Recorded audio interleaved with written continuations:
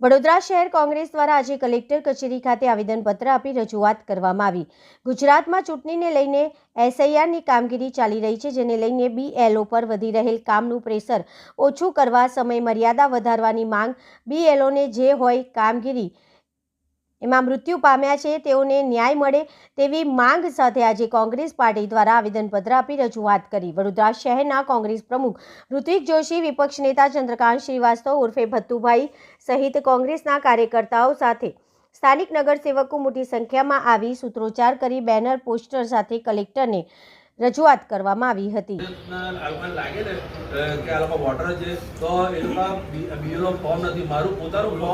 શનિવારે સાહેબ મેં વારે ઘડે કહ્યું તો બીએલઓ શું કે હું અહીંયા ગયો તો કે ભાઈ મારા ઘરે રહી ગયો, મેં તો તે કેમ મૂકી રાખ્યું, અડધાને આપ્યા છે અડધા કે અડધા, તો સર આવું ના થવું જોઈએ, ભેદભાવ ના થવો જોઈએ। એટલે અહીંયા હું લખપતપુરા ગયો સાહેબ, અમારું વોર્ડ નંબર 9 ની અહીંયા તો અહીંયા ભાજપના લોકો હોય છે, અમારી વાત રિપીટ ના કરો, મેં કહી દીધું ગયા વર્ષે 2021માં અમારો વોર્ડ નંબર 1 છે। વોર્ડ નંબર 1 ના ઘણા એવા વિસ્તાર હતા કે જે એરિયા પ્રમાણે અમારામાં આવે છે અને મતદાર તરીકે બીજે ક્યાંક એમના મતદાન સ્વીકારી હતી। આ વખતે ગઈકાલે મને કૃષ્ણ